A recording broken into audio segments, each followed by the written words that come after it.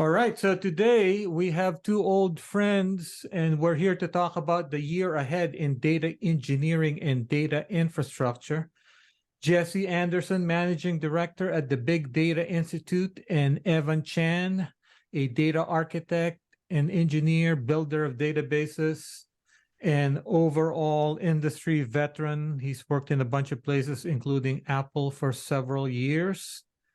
We are recording this early December 2022, so if there's any new announcements in early January, apologies in advance. So, Jesse and Evan, welcome to the Data Exchange podcast. Thank you, Ben. Thanks for having us. So, and also one thing for our listeners, just to burnish my credentials as someone who thinks outside of the box, both our guests are outside of the San Francisco Bay Area bubble. Jesse is in Europe, in Lisbon, Portugal, and Evan is in Vancouver, British Columbia. Although basically, even though they are located there, they basically talk mostly to people here anyway. But in any case, they have the opportunity to talk to people outside of this bubble. So I will start actually with a few slides of some trends I've put together, if I can find them. Oh, here.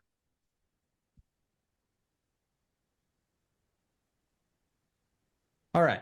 So my first trend, I hesitate to use the word database, but one of the things I've noticed in the last year is more and more people are working on data management tools for unstructured data. So broadly speaking here, I mean text, visual data, and audio. So let's start, let's cover each of these in some detail. So the first area is text. So here, the solution that seems to pop up a lot are what people are now calling vector databases or vector semantic search tools.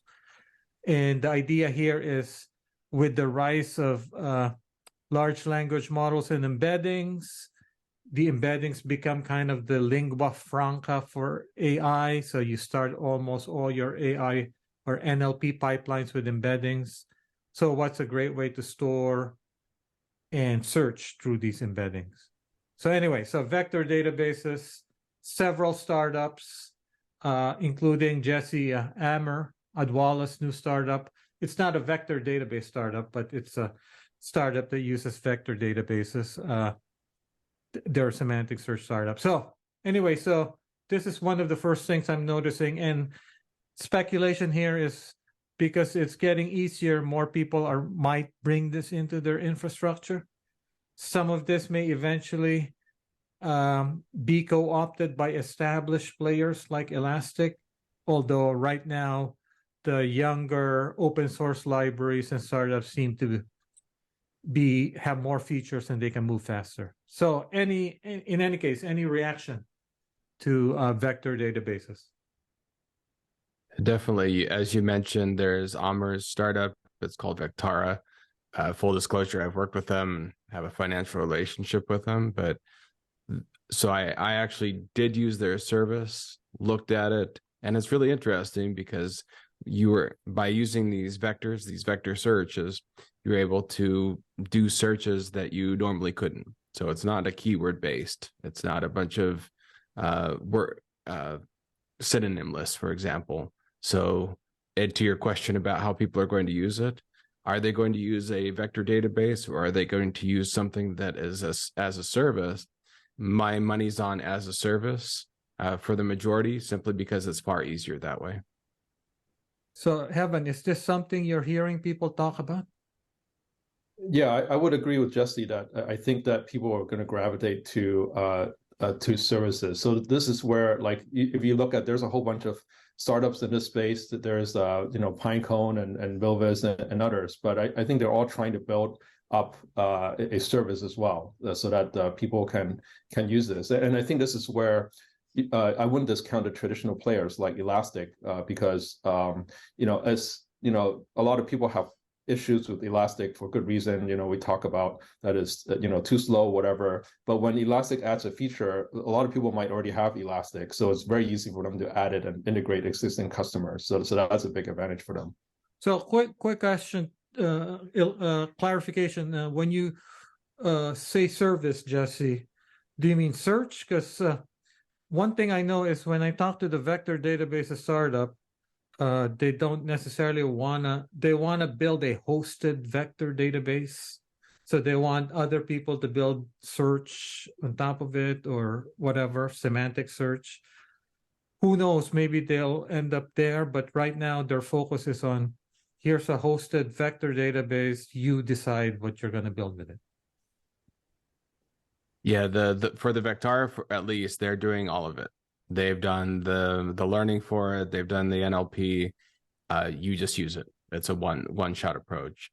So the question around will vector as databases, I think the question there is, do companies have the team to leverage a vector database? Do they have the data scientists in-house, the NLP in-house to leverage that correctly? And what's your sense? I don't have enough data points to tell you, only that my initial inkling is that this is probably pretty similar to other things of only the most advanced ones will want to, hey, I want to use my own vector database, that I want to write my own code for this. Whereas others, I think, will gravitate towards do this for me. My core competency is using it, not creating it. And Evan, so when you say service, do you mean the same thing? Because when I talk to these vector database startups, they mean cloud hosted vector database. Yeah, I think that's exactly what I was talking about, is like something cloud hosted. Although I suspect it's like this. I think data scientists start with notebook, really. Like, so most people don't start with database. They start with notebook, and then they start with, hey, what Python libraries can I use for NLP? And then they start building towards that, So it's a question of how do you get from that beginner scenario to this productionization. So this actually also touches on a topic that Evan shared with us in advance of this recording, which is basically, so when we talk about these vector databases, the canonical application is nearest neighbor, so search comes to mind. But these embeddings, presumably, they can also be used as features. So there's somewhat of an overlap between these systems and feature stores. It's not a direct overlap, but there is some overlap there. Feature stores obviously might do a better job in terms of lineage and things like this. But I guess right now, because search is the main application, we might be limiting ourselves to what these things may eventually be used for. What do you guys think? I'd be worried about stretching too far. We see this stretching too far technologies. We see it all the time, and then people use it for things that they weren't supposed to. I think Kafka is a prime example of this. And then people fall down and hurt themselves and wonder why they hurt themselves. Well, you stretch too far. So Evan, feature stores and vector databases, do you see any overlap there?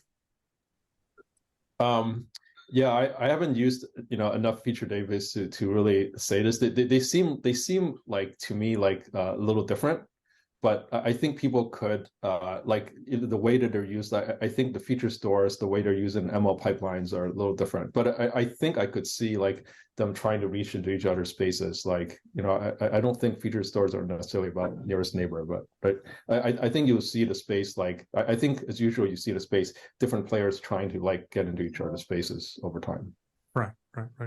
So the other data type that's so the two other data types, actually, these two data types were the data types that led to the deep learning revolution, audio and visual data. So let's take visual data first. So with visual data, here I hesitate to use the word database, but people are beginning to build data management, data processing, data quality solutions.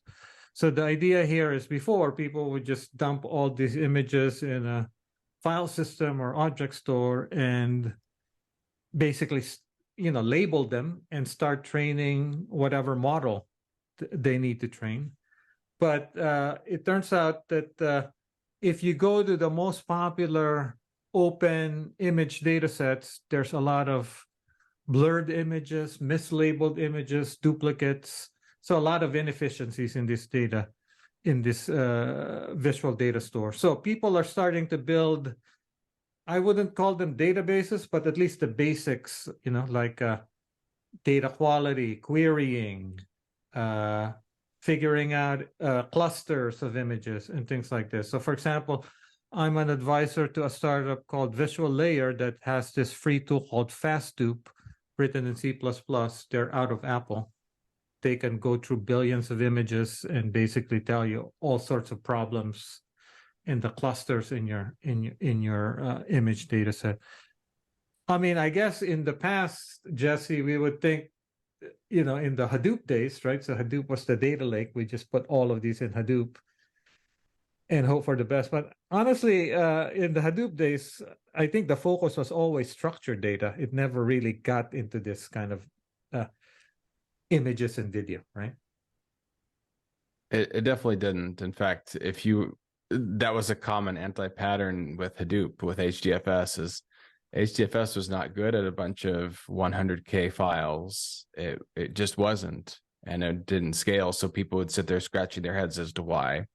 So in a very similar way, we would need other systems to do those lookups, other better systems to do that. So we definitely want something like these visual data programs in order to speed this up, to do this faster and better. So Jesse, in your consulting work, are you starting to hear people struggle with visual data? No, I'm not dealing with that yet. In fact, I was searching my memories of this, and it was more early on with the Hadoop world, where people didn't understand what Hadoop could do.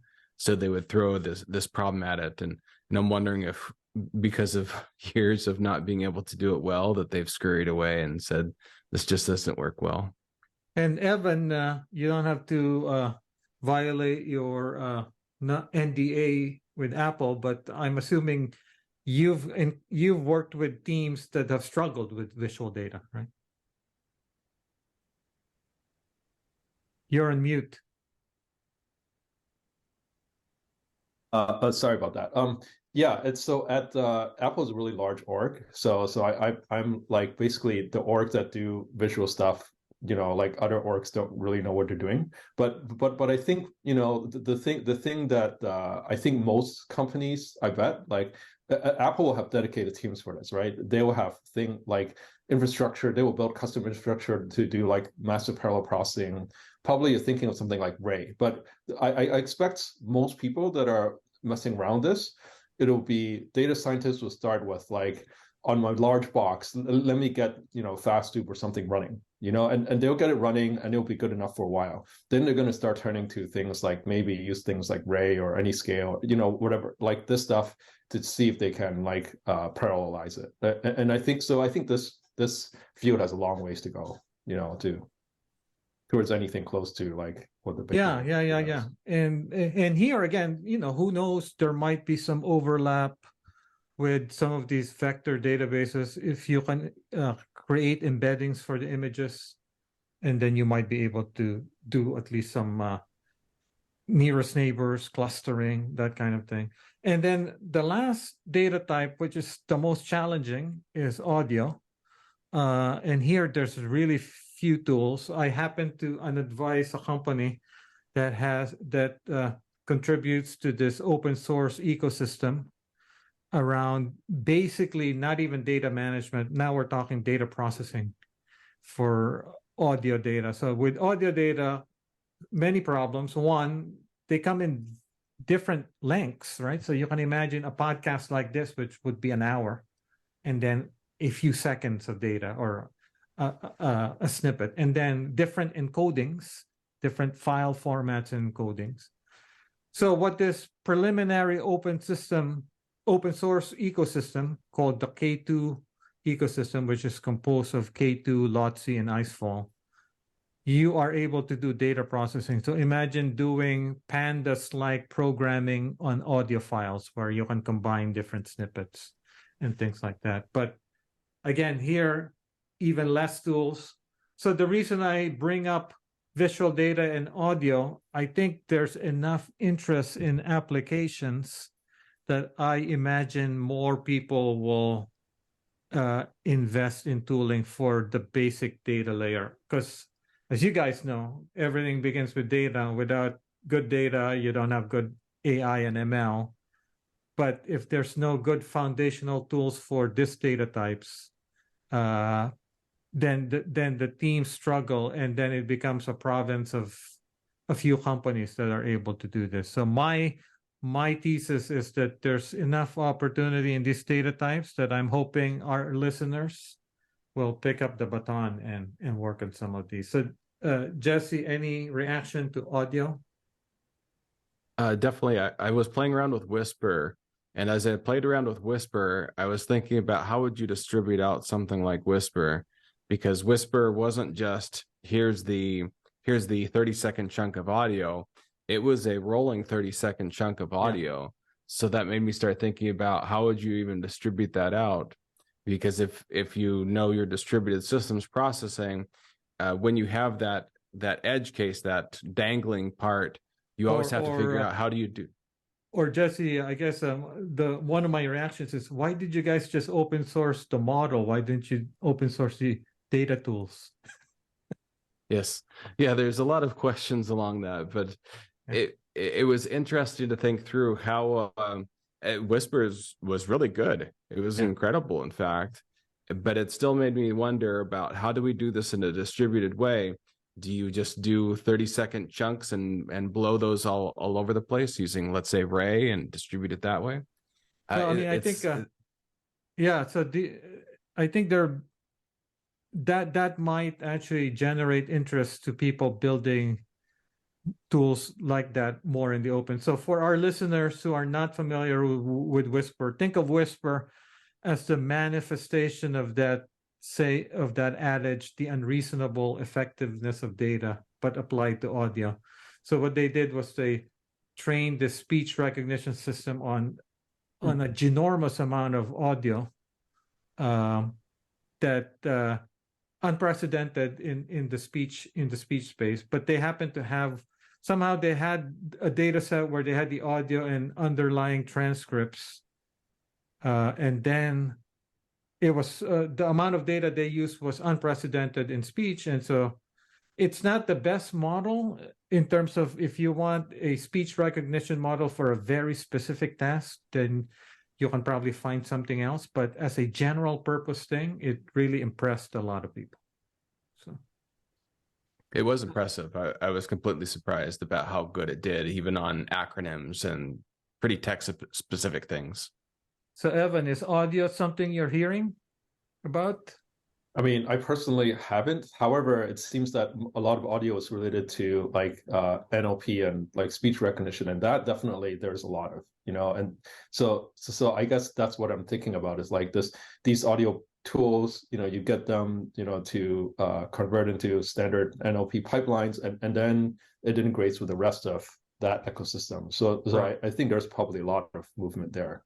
But we're still, like I said, this ecosystem around K2, it's very preliminary, which is basically taking all these raw audio files that may have different lengths, different encodings, different file formats, and then you hope that you can kind of pass it through a speech recognition tool that will allow you to make sense. But bear in mind that NLP for speech is much more challenging than plain NLP, because NLP for speech involves people talking, and people talk very imperfectly with a lot of pauses and garbage words and maybe multiple use of multiple languages, right? So anyway, so next topic is something that actually Jesse and I recently wrote about, which is, so we are, I guess, speculating that 2023 might see a mini revival in streaming. So this is something, of course, we've been talking about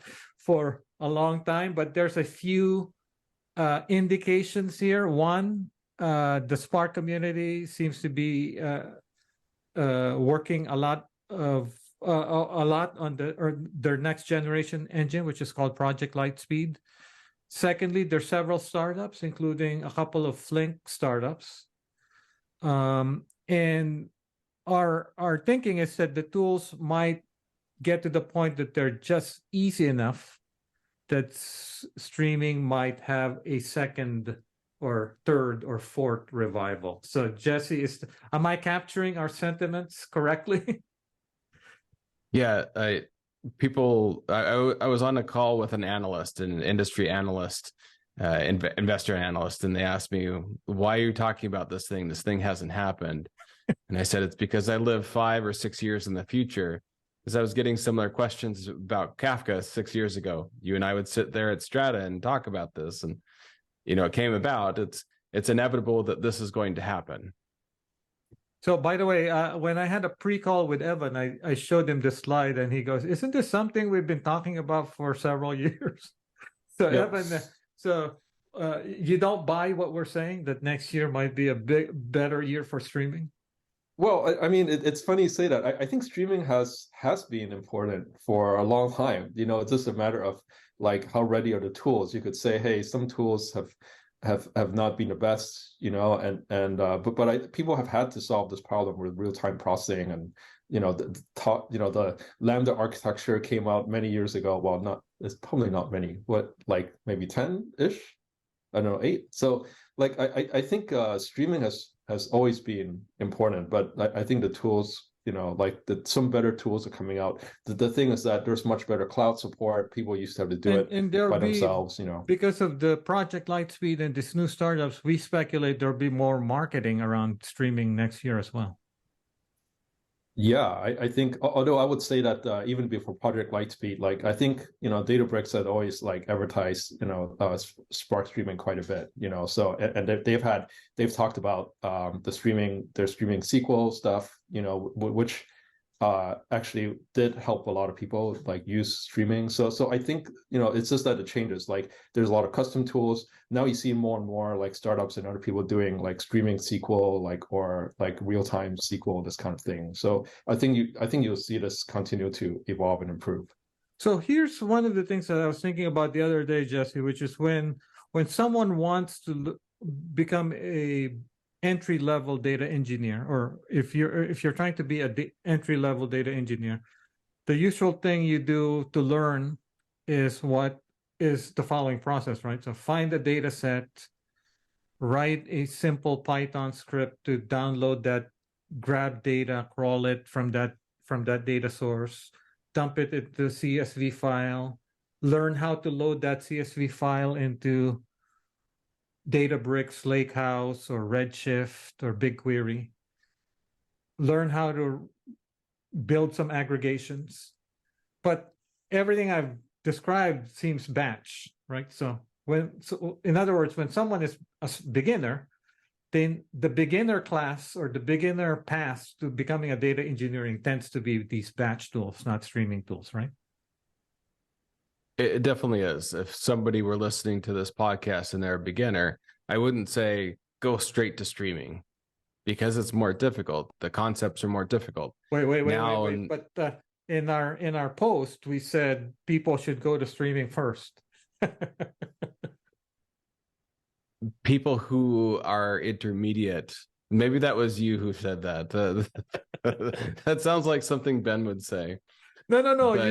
We said that the companies that are streaming first will have an advantage. Oh, yes. But we're talking about two different things. Companies versus individuals. Companies, if I were starting a company and it was, let's say, an e-commerce company, I would be event sourcing first and I would be streaming first, because you will get that advantage. You will have an advantage from the get-go. And we separate that out from a beginner who's just learning. And that beginner who's just learning, this is cognitively complex. This isn't where I'd start. I would start learning the batch side and then move on from there. But there was an is it cognitively complex or are the tools complex? it's a little of What's both, the I difference think. if the tools were easy, would it be just as easy to learn streaming? I don't think that we'll ever get to, I say this in my data teams book, I don't think we'll get to a general purpose, easy distributed system. We'll get to use case specific, we'll get to technology specific that are easier, but we'll never have a general purpose, easy thing that says, go use this for anything. I don't think we'll get there. Well, I mean, so imagine if you had a tool where you can go to a real-time source, I don't know, like Twitter, and then somehow bypass the whole CSV step and then go directly load that into, make that as easy to load into your BigQuery, Lakehouse, or Redshift, and then start. Well, that's usually the hello world. That's the hello. Twitter is the hello world data source for real time. So that's never been the problem. The problem is trying to convince them or have a beginner understand what's the difference between exactly once versus almost or approximately once or exactly once. That's the difficulty. And if you say, well, that's a leakage of an implementation detail of that streaming system, that isn't quite correct, because you could make it as simple as a configuration property, but to get somebody to understand why you need one or the other, that's a pretty difficult thing. That batches everything is there's no almost once or exactly once or whatever that's there. There was a point I wanted to make as well in this, as when we look at Spark streaming and Flink, I like competition. I like competition because competition is good for end users and good for companies. And so as we look at this graph of Spark streaming and Flink, we see a virtually neck and neck thing. And this is what's going to drive companies to compete. Therefore, there will be innovation. Therefore, there will be specific investment around this that will benefit the companies as well as the individuals learning these technologies. All right. So then the next topic is data integration. Nothing new here, but we continue to see startups that are really doing well in this space. So one of my pet peeves is, while we talk a lot about ML ops and AI startups, but really some of the more successful startups as far as revenue are in the data space. And a lot of them are in data integration, which is, broadly speaking, just moving data around from source to sink.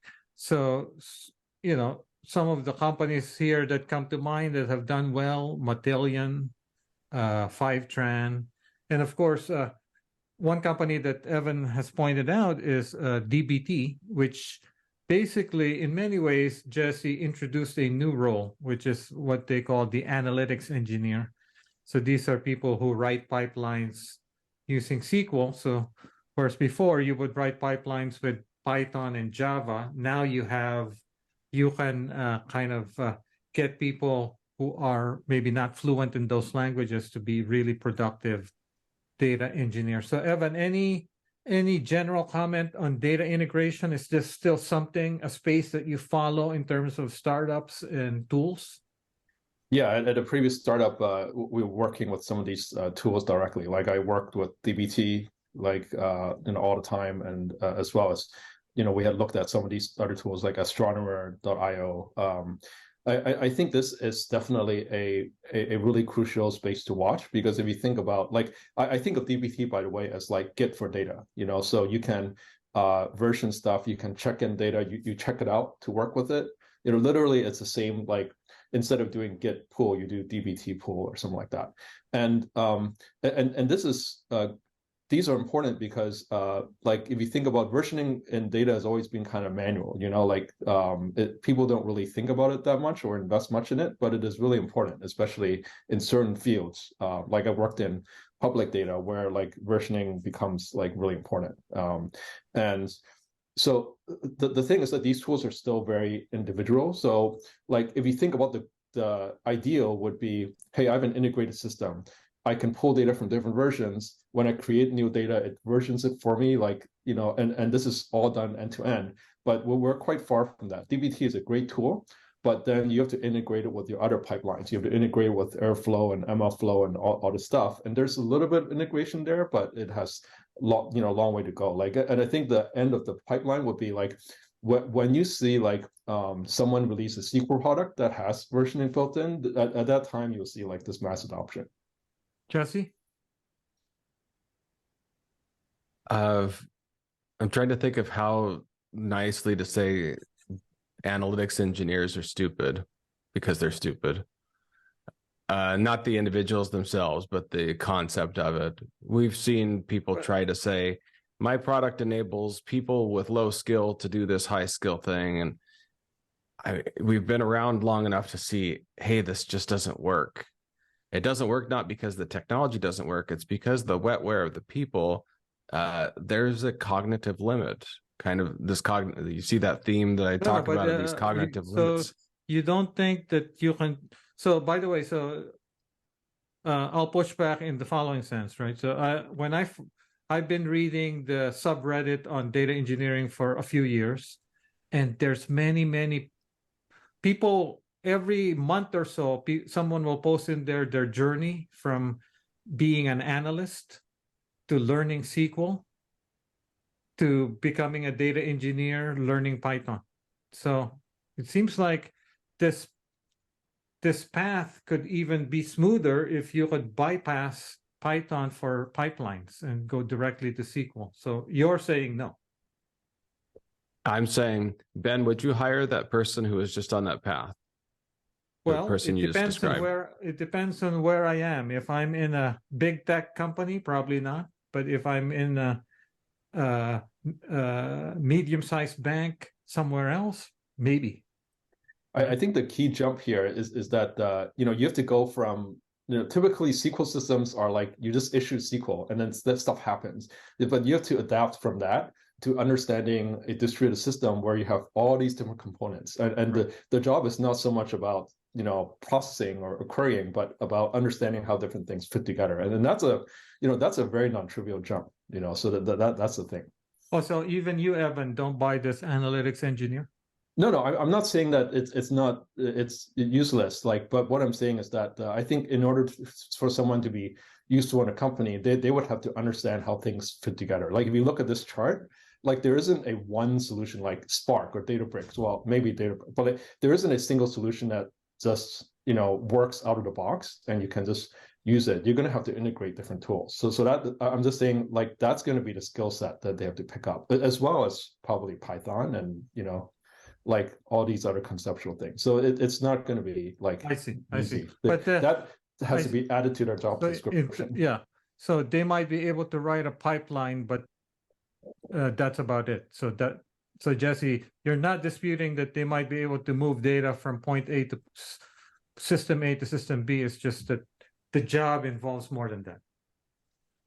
Yeah. The problem is that people will over exaggerate or overthink what that person can do, and they say, oh, I don't see a limit between moving data from point A to point B to now them designing this pretty complex system.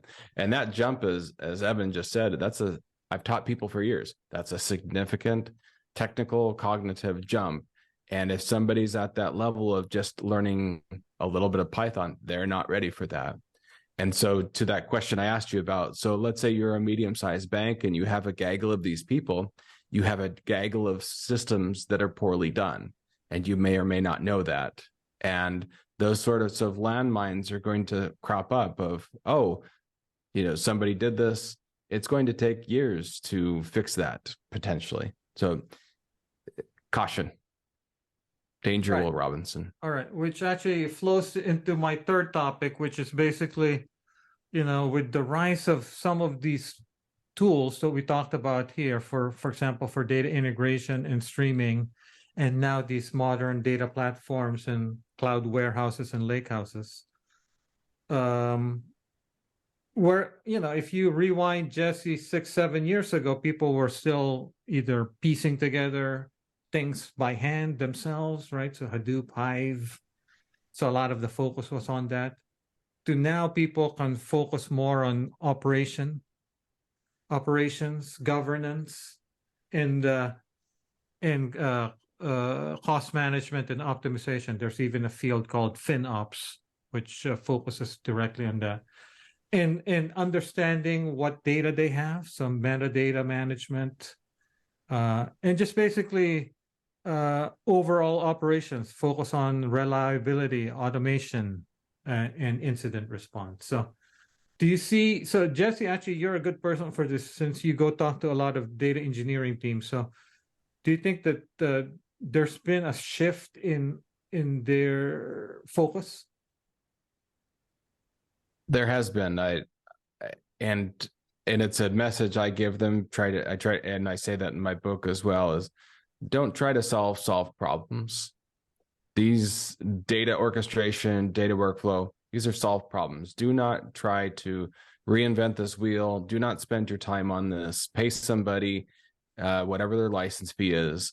Your value creation is at the end of that. So if you look at this, it's not in your monitoring. Monitoring is important. Have somebody else do that. Your value is getting your highest value is getting the analytics out of this, is to do the machine learning. Don't spend your time on the operation side. Spend as little time as possible there. So Evan, for you, in terms of when you talk to data people. Yeah, I would agree with Jesse 100% that like the use these cloud services, use Databricks or or whatever. That makes life so much easier. There's a ton of things you don't have to worry about. Even like the services on AWS, they're all integrated with AWS monitoring. So it just makes it so much easier. Although I see a lot of like both startups and big companies do this for different reasons. They will hesitate towards going with these services. They say, oh, maybe it costs too much or whatever. So there's always like management hesitation to go with this direction for whatever reason, but it does save a lot of time. This is penny wise, pound foolish. Yeah, actually, I just pulled the last 3 months of job postings that mention data engineering, ETL, platform engineer, governance, and as you can see, governance is there,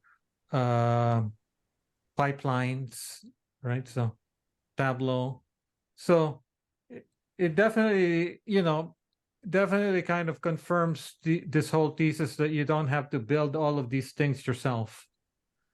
You focus on, as Jesse said, adding value at either the application layer or operations. There's a lot of tools that now you can take off the shelf. I think honestly, this might still be a disease in the Bay Area tech companies, right? So whatever the new thing is, so now it's vector databases. Oh, why should we use well, let's write our own, or time series database. Let's write our own, right? But I think maybe now as companies shrink, you may not have the luxury to work on some of these things, and you might have to just use some of these off-the-shelf tools. Before, maybe the engineering teams at some of these tech companies were so huge that there's a lot of spare cycles for you to build your own, scratch your itch. Ben, you mentioned something that's going to come home to roost, and that is all these bad decisions in the good times, they will come back and bite you in the bad times. So a decision to write your own thing. Clarify. Yeah, a decision to write your own vector database, let's say, that's a terrible idea, both in the good times and the bad times. But the good times cover those over because you can hire and you can have that person. Then the bad times come and that person or that team gets laid off and there's one person left. And now you're trying to use a database that has no support and there's a person that's just trying to keep the lights on for it. Those are the sorts of decisions that will come home to roost now. The area that there seemed to be like a really overkill representation was time series databases for a while, right? So, and then for some reason, time series databases as a topic is super popular in Hacker News. So you write you release a time series database written by just you, it might make it to the front page. I'm not exactly sure. But then people started building more and more of these, right? So, yeah, interesting. Well, Evan right. knows about writing his own time series database. He does it every weekend. A different Oh, one. Evan did. Evan did once, right? So back in the day. Yeah, with yeah, Sandra. it was fun, but yeah, I think I get what you're saying about like, you know, like be careful writing your own. I think the thing is that the space is really like consolidated a lot, you know, so it goes in waves, right? So there was a wave when, like, it was around when Prometheus came out, so there was a big wave of innovation, a lot of stuff, and that was around when we did our own. And since then things have really settled down, right? And like Grafana has consolidated the space, so I think that's what you see with almost anything. We're not saying you don't build your own. Like, for example, we're saying in some of these areas, like visual data, audio, there's no tools. Go. Yeah. Do an open source project. You know? I think this is where you see like sometimes like innovation comes from like the big companies sometimes write their own because of scale and other things like that. Probably 90% of people could use the standard tools that are out there. Right. Or 99%. By the way, another thing I did recently was I looked at the first 3 pages in Hacker News for the last 2 months or 3 months, I forget, 2 months. And then one of the words that popped out was Evan's favorite word, Rust. Huh. So, by the way, so Rust, the way I explain Rust to people is if you're a regular data engineer, you know, you may not need to learn Rust, right? So Python, Java. Rust is more for writing databases. I think it's like this, right? Like what you're seeing now more and more is Python is what everyone, like the end user uses, or, you know, data scientists. But what happens when things are not fast enough? So what you're seeing more and more is you see pandas libraries being rewritten in Rust. So there are really good Rust bindings to Python. So you're seeing more and more of stuff like this, where completely new things get written, like that need to be fast, get written at Rust. Python, and then, Python, but you give people a Python API, and everyone uses the Python library. Use Ray. You don't need Rust. Come on, man. Well, Ray is pretty good for distributing, but you still need to make the algorithm fast. Oh, I see. So, Jesse, Rust and Go seem to be the go-to languages for anyone writing databases these days.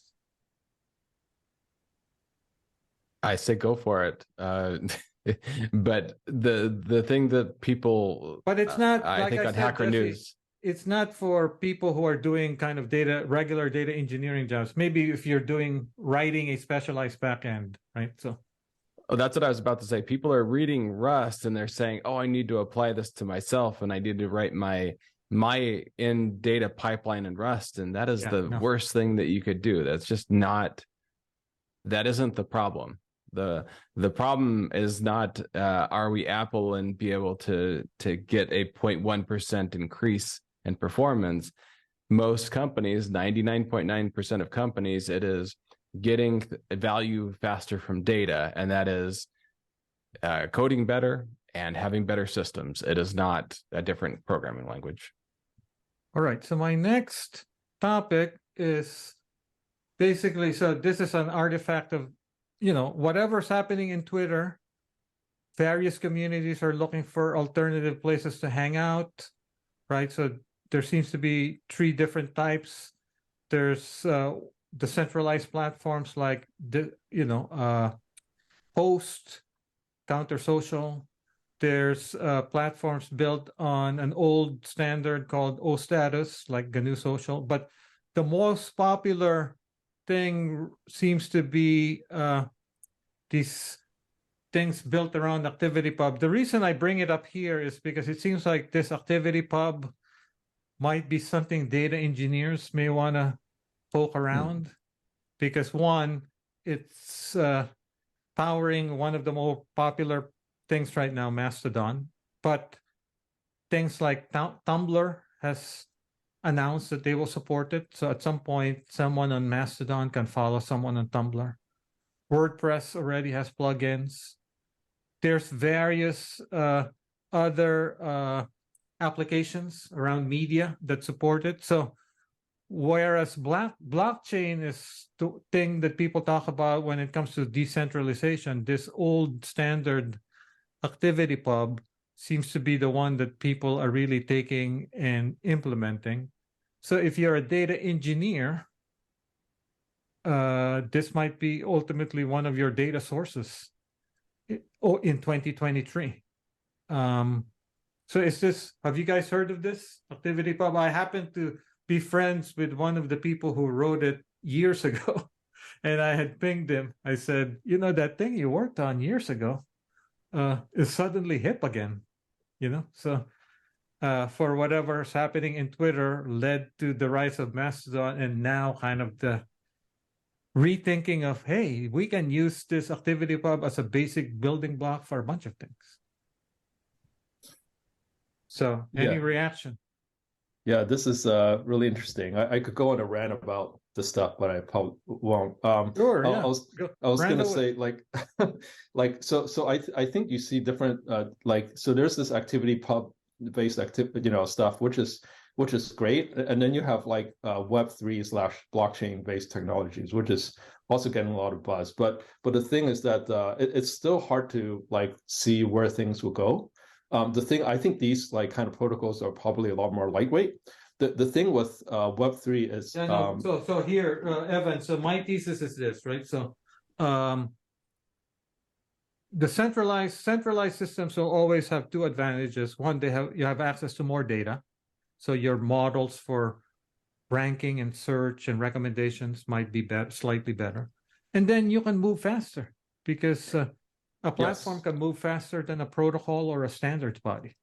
You can move faster for sure than centralized. There are decentralized machine learning things coming out. So there are startups actually doing that, which is very interesting. No, but I mean you can make changes faster because you don't have to go in front of a committee or a standards body. Yeah, definitely. I mean, the thing is, even when a single entity drives Web3, the thing is, it is really complicated because it's based. Blockchain is based on the fact that you can't trust anybody.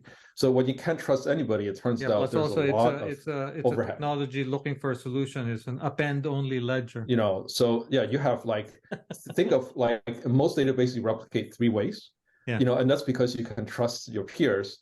If you can't trust it, now you're replicating 1,000 ways. That's basically the difference, is that you have several orders of magnitude difference in the cost. So but it's here in the ActivityPub world, out of nowhere, people just boom. Suddenly a lot of things, right? So blockchain has been around for several years. There's ups and downs depending on the price of the underlying cryptocurrency. There's scams. Its performance is questionable. And then append-only ledger that everyone can see. There's a lot of problems. But anyway, so the only reason I bring up ActivityPub is for the data engineering audience. Might be a time to poke around this thing. I mean, if you're just playing around building pipelines, take a look. What do you think, Jesse?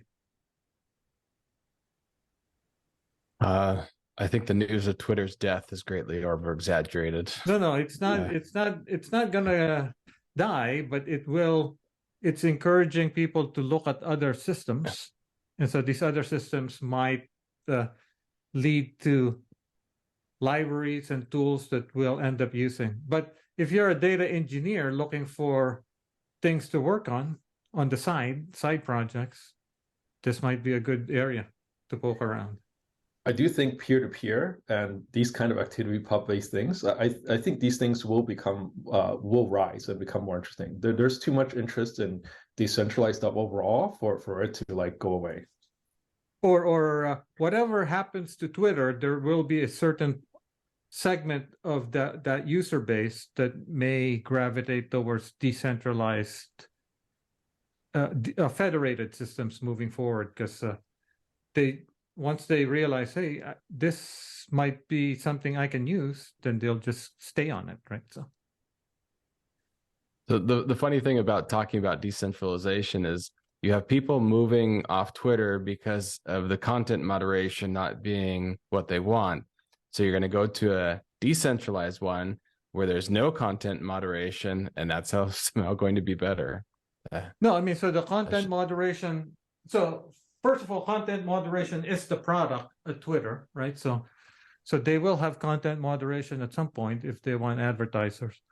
And then this, the content moderation will be federated. So depending on the instance you're in, there will be content moderation. But to me, the more interesting thing is how quickly people rediscovered this protocol and started building things.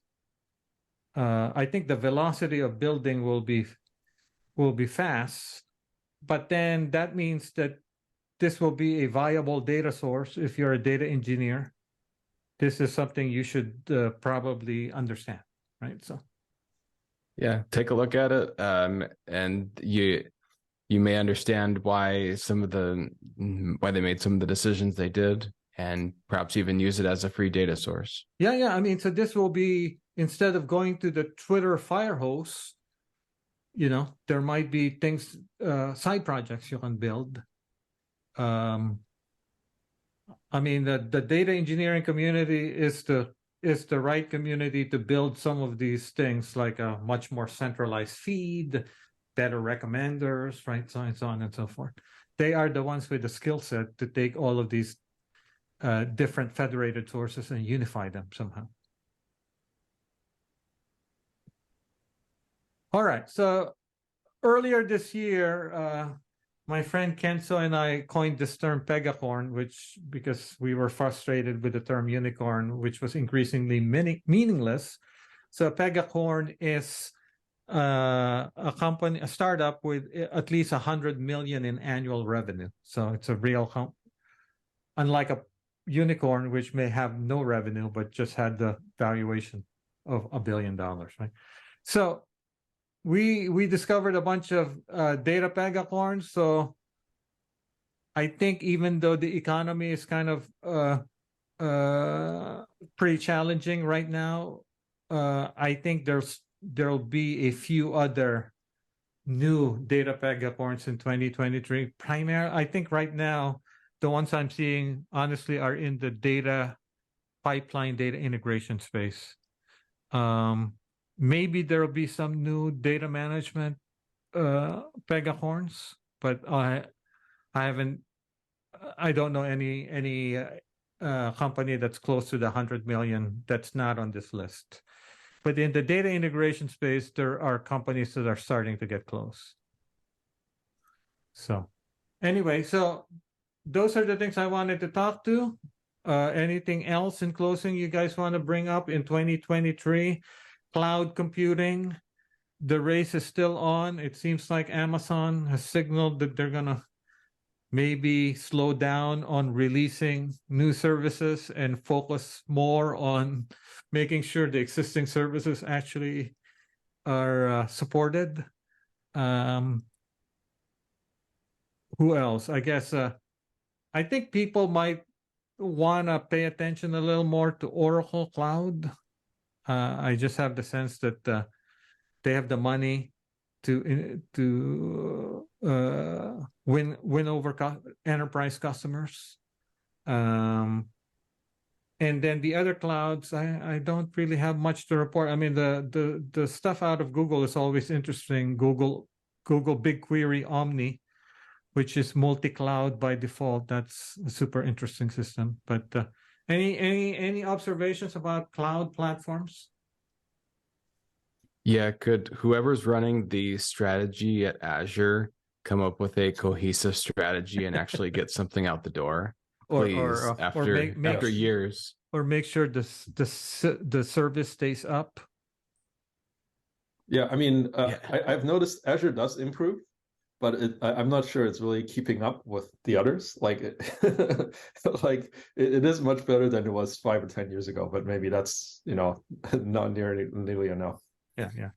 And with that, thank you, Evan and Jesse, and we'll do this again next year. Thanks so much, Thank you Ben. very much.